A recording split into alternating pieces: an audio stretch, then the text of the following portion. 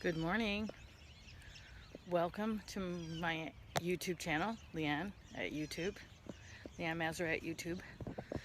I am here on another morning walk.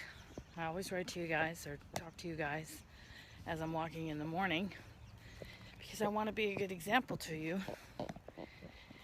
and show you that I'm really doing what I say about getting out, moving around, starting your day on a good note, and taking your health and fitness seriously. Now, I was always very active when I was younger, so fitness wasn't exactly something that I felt I needed to put into my routine. It was just always there, either through gymnastics practice or dance classes in college or dancing in the clubs on the weekends when I was of age. It wasn't until probably around my 30s that my activity and fitness level really dropped. And I didn't pick up any weight at that time because I was still pretty busy just running around. You know, I walked to work or took the subway or, just was moving around all the time doing stuff. I was really busy, and so I don't think I thought about eating or food or fitness even at that time. But I maintained my weight quite easily. Well, I don't know about easily, but without actually dieting or having a fitness program or something like that. It was just very natural. Until I got into my late 30s. And then suddenly it seemed like I started picking up weight. And I noticed now, looking back, that I was not so happy in those days.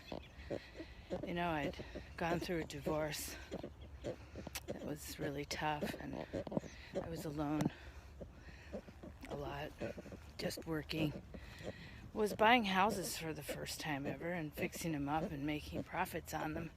So I was making money, but I wasn't really very happy.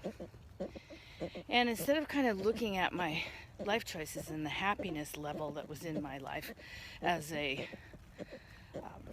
indicator of my overall health and well-being and a potentially root cause for my weight gain, instead I started to do other things, take drastic measures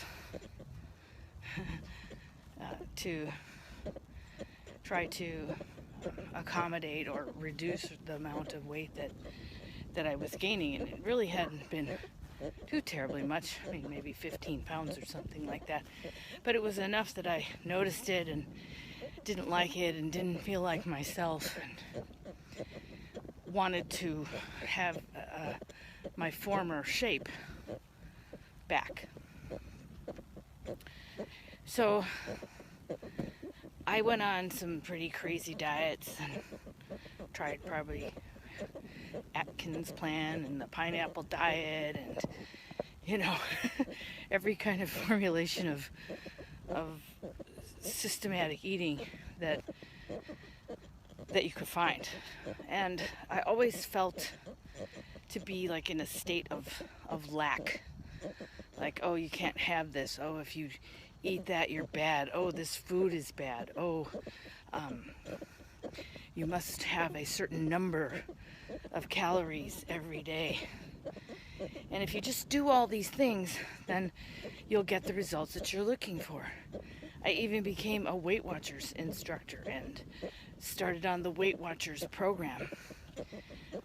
I had first joined Weight Watchers when I was probably 18 because I'd noticed a change in my figure even then.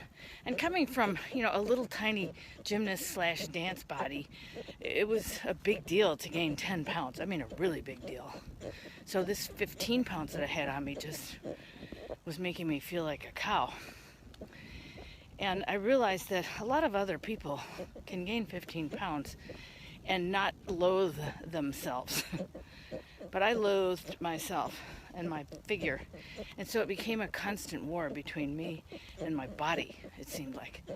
That's how I understood it. My body was kind of at odds with itself because it would have these cravings for food, and I would feed it, and then it would get fat. And I'm like, well, if you have extra fat already, why are you craving food? Why don't you just use that up first? You know, why don't you just remove the hunger and let me go through my day with, I forget to eat. Some people seem to have no problem forgetting to eat, but I didn't seem to be one of those people.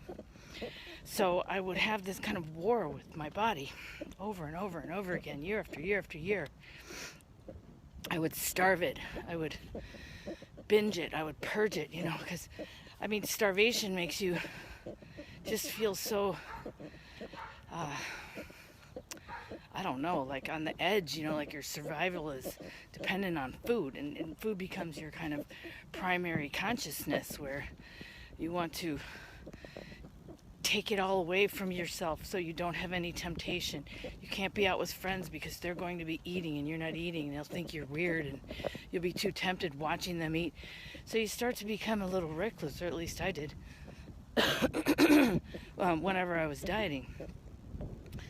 And now I have a completely different perspective on it, because none of those things really worked. They had short-term returns. Like maybe I'd lose 12 pounds, but probably 6 or 8 of it would be water weight, because when you go into starvation mode or significant dietary restriction, your body just drops all the water that it has. And even though you're drinking water and you're replenishing it, your cells don't have a lot of water in them.